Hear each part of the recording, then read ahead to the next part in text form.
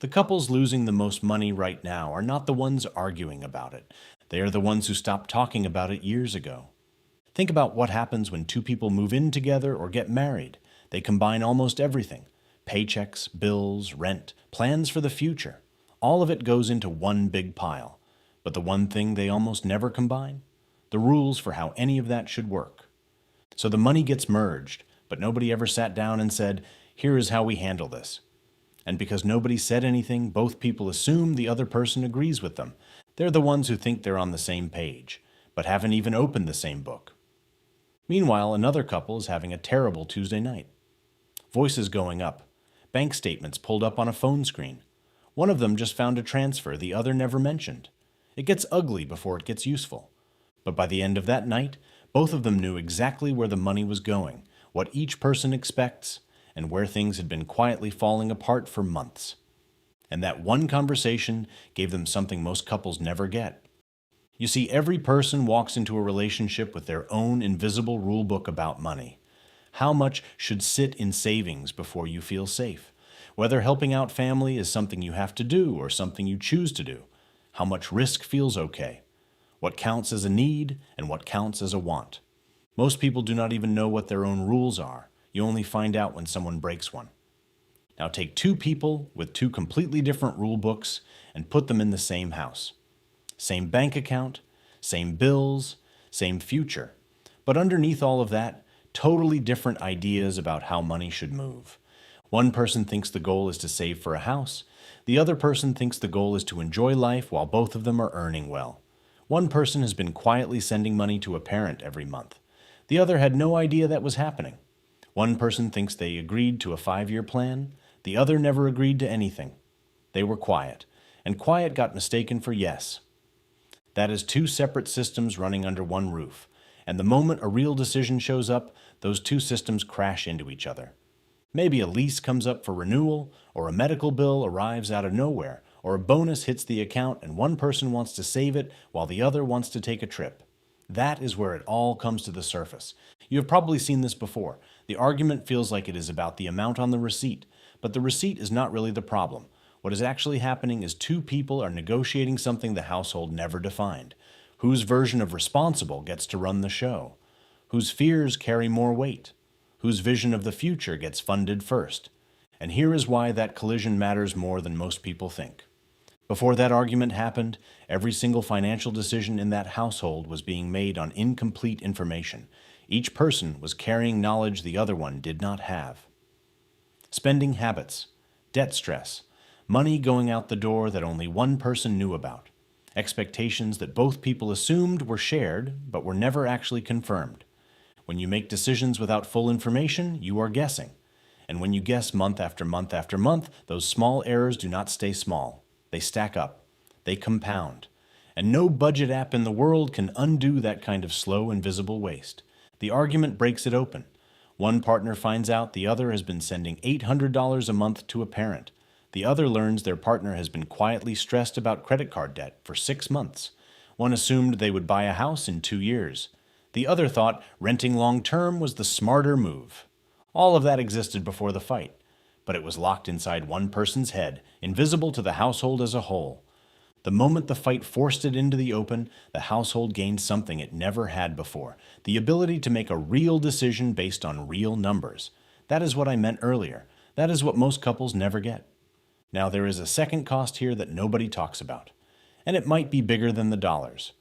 When nobody defines the rules get made by default, by whoever spends first, by whoever assumes more, by whoever stays quiet the longest. And that kind of improvising adds up. Lifestyle slowly inflates and nobody discussed it. One partner absorbs family support costs without ever naming the number. Even emergency savings never get built because both people assumed the other one was handling it.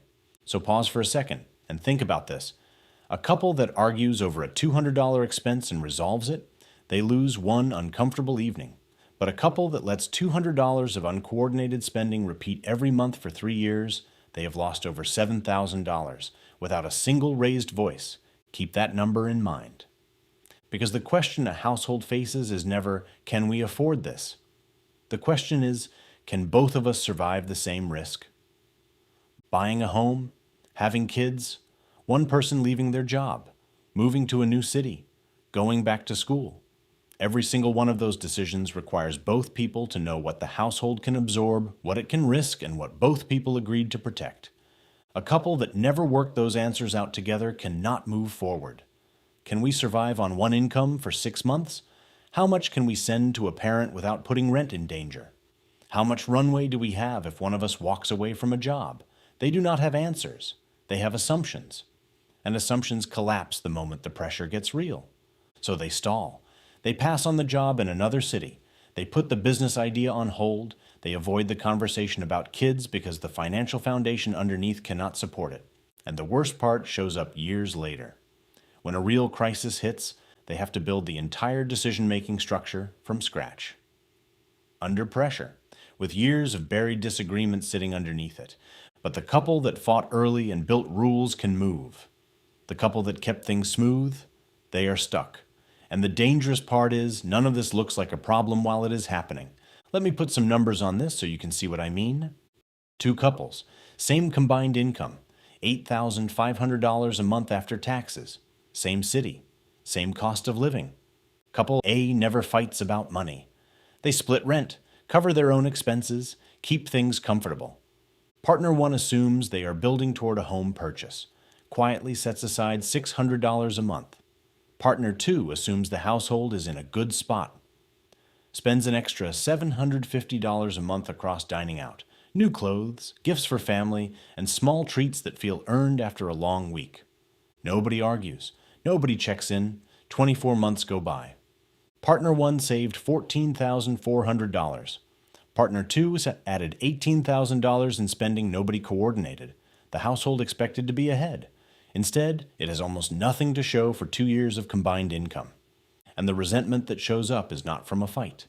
It is from the realization that both people were working toward completely different futures inside the same household. And neither one knew.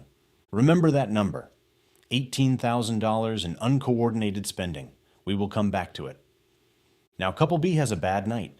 One partner finds repeated transfers and a rising credit card balance. It gets heated. There are accusations. There is defensiveness. But they stay in the room long enough for the full picture to come out.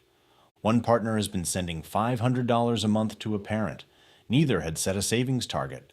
Both assumed the other was on the same timeline for buying a home, but neither had ever named a number. After things cool down, they build rules. The first, $1,500 each month goes to a shared emergency fund. Family support gets capped unless both agree to change it. Any purchase over $300 gets a conversation first. Each person gets a personal allowance, no questions asked. They did not earn more money. They stopped the leaks. 18 months later, they have over $27,000 in reserves. Same income, same city, completely different financial position. And here is where that $18,000 from couple A connects. The difference between these two couples was not discipline or willpower. It was whether the money had rules or not. Now, not every money fight makes a household stronger. Some of them do the exact opposite. The first kind goes in circles. Same complaint, same explosion, same guilt, same silence afterward. 6 weeks later, it comes back wearing a different outfit. This time it is groceries instead of a subscription. But the issue underneath is the same. No rule got created. The household absorbed another round of damage with nothing to show for it. That pattern does something dangerous over time. It trains both people to treat every money conversation as a threat. One person pulls back. The other stops asking. The household loses its ability to fix itself. The second kind of fight ends with something the household did not have before. First, $1,500 gets saved before anything else. Anything over $300 gets discussed before it is spent. Family support comes from this account, not the emergency fund. One kind of fight burns trust, the other builds rules. The difference is whether the fight left something behind that the household can actually use next month. Now, a lot of couples try to fix things by talking more, but talking is not the problem. The problem is that the conversation never turns into anything that sticks. You have seen this before. A couple has the same argument for 5 years straight, disguised as 10 different incidents. They are not failing to communicate. They are failing to convert the conversation into something the household can hold on to. Once a rule exists, the next version of that fight does not need to happen. The decision is already made. And the household that stacks 5 or 6 of those agreements across its first few years enters every future decision faster, with less friction and with less resentment. That compounds, the same way money does. The couples who build wealth are not the ones who never disagree. They are the ones who force 2 private financial systems into one shared structure. That process cost them comfort. It cost them a few bad evenings. It cost them the illusion that love alone keeps the money right. But every dollar they stopped losing, every decision they stopped delaying, every option they kept open because both people understood the boundaries, that was the return.